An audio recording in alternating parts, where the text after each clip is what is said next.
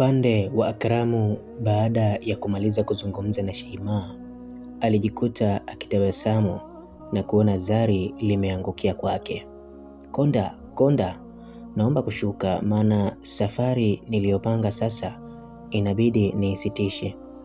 Akramu alishuka kwenye lile gari na kujikuta akiitazama ile wallet mara mbili huku akirudi kwake, maana safari ilikuwa imeishia hapo. Kweli bwana, kwa kuwa kwake hapakuwa mbali na pale kituoni, alifika mapema sana na kuingia chumbani, kisha alifungua ile wallet na kuziweka zile pesa kwenye meza. Ila cha ajabu zaidi, alishangaa kuona zile pesa zimeongezeka. Pia alikuta na chupa ya manukato makali sana ambayo hakuyaona kabla. Hivi vitu kwani vilikuwa humu? Mbona mwanzo sikuviona? Au nilikuwa na wenge tu kichwani? Lakini sio mbaya, nitayatumia tu kupulizia nguo zangu. Akramu aliyaweka manukato yale mezani.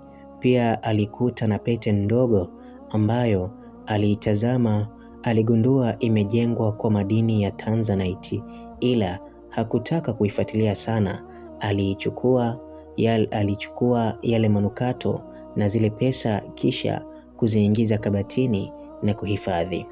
Sasa hapa hizi pesa nitamlipa mwenye nyumba na nyingine zitabaki. Hakika hapa ndoto zangu za kufungua studio zitakamilika. Akramu aliinuka pale na kutoka nje, ila alipotoka tu alikuta kikundi cha wapangaji wenzake wakiwa wamekaa wakimzungumzia yeye. Yaani, sisi tumechoka, kila siku tumlipie maji, hapo tumlipie umeme. Hakika mimi siwezi kuvumilia kwa hili. Ni kweli, ila mwezi huu asipolipa tunamfanyia figisu mpaka ahame. Mpumbavu kabisa huyo. Majirani walizidi kumsema vibaya Akramu, bila kujua alikuwa akiwasikiliza kwa makini sana. Hakutaka kabisa dharau, kwa kuwa pesa alikuwa nazo. Aliingia ndani na kuchukua kiasi kikubwa cha pesa na kutoka nacho nje mpaka kwenye lile kundi la majirani waliokuwa wakimwongelea vibaya. Okay, kila mmoja aniambie amelipa kiasi gani juu ya umeme na maji kwa ajili yangu, na aache kunizungumzia vibaya, sawa? Aseme tu nimpe pesa zake. Akramu alianza kuwafokea, ila hakuna aliyemjibu, maana aibu iliwajaa. Hivyo Akramu hakuishia hapo tu, aliwatupia zile pesa chini na kurudi ndani. Ni yeye kweli? Na pesa amezipata wapi? Hapana, atakuwa mwizi nini? Itakuwa yani, haiwezekani mtu apate pesa nyingi kwa muda mfupi, na hisi atakuwa mwizi kabisa. Basi majirani hawakuacha kumwongelea Akram vibaya, ila kwake aliwapotezea tu na kuchukulia kama sehemu ya changamoto za kimaisha. Basi zilipita siku 2 tangu Akramu apate zile pesa.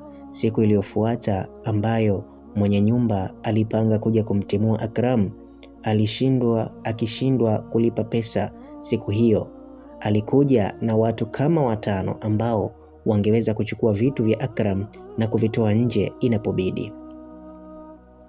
Alifika mpaka mlangoni na kuanza kubisha mlango kwa nguvu sana kama kawaida yake, jambo ambalo lilimfanya Akramu aamke akiwa mchovu, kisha kufungua mlango. Hey, kwani shida nini? Mbona unakuwa kama mbwa kupiga kelele asubuhi yote hii? Akramu wakati anaongea hayo alikuwa hajamuona mwenye nyumba, kwa maana alikuwa bado na usingizi mzito sana. Leo nimekuja kufata kodi yangu. Sasa kama mimi mbwa au sio mbwa tutajua leo. Mwenye nyumba? Samahani sana, maana nilikuwa najua ni rafiki yangu Juma. Mimi sitaki kujua habari za Juma wala Mwajuma. Ninachotaka ni pesa zangu, sawa? Okay, sawa, nipeni dakika moja. Akramu aliingia ndani na punde alitoka akiwa na kitita kikubwa cha pesa ambacho hata baba mwenye nyumba alikuwa amebaki na mshangao. We Akram, acha kigugumizi mzee, pesa zako hizo hapo, hesabu alafu niambie zilizozidi ukate miezi ijayo. Akramu hakutaka kuongea sana, alirudi ndani na kumwacha baba mwenye nyumba akiwa haamini macho yake. Siku 2 zilitoweka. Sasa tuhamie katika upande wa makazi ya jini Shaimaa chini ya bahari. Siku hiyo Shaimaa aliitwa na mtawala wa majini yote ambaye ni mfalme wao, na mfalme huyo alikuwa ni baba yake. Hivyo alifika mbele ya kiti cha mfalme na malkia ambaye ni mama yake na kuwapa heshima yao. Binti yangu, unajua siku ya 3 sasa hatujaonana mpaka tukuite sisi. Hivi huoni kama tabia mbaya kukaa muda mrefu bila kuwajulia hali wazazi wako? Hapana baba, nakuwa bize tu na mambo yangu huko nchi kavu, lakini nisamehe sana. Sawa, usijali, lakini nimekuita leo kwa jambo moja tu. Hilo ni kuhusu ndoa. Ndoa? Ndoa gani tena baba? Binti yangu, tumekutafutia mchumba na utaolewa kwenye ukoo wa mfalme wa Magharibi. Kwa hiyo kijana wake Yunus ndiyo atakayekuoa. Hapana baba, mbona mambo ni ghafla hivi wakati sijajiandaa kuolewa? Hapana, hili halitawezekana. Ndiyo hivyo Shaimaa, baba yako ametaka, inabidi utekeleze mwanangu. Shaimaa hakutaka kuwasikiliza tena wazazi wake. Alipotea eneo lile na kutokea kwenye ufalme wa majini ya Magharibi, majini ambayo yanasifika kuwa na nguvu kupita majini ya ukoo wao Shaimaa.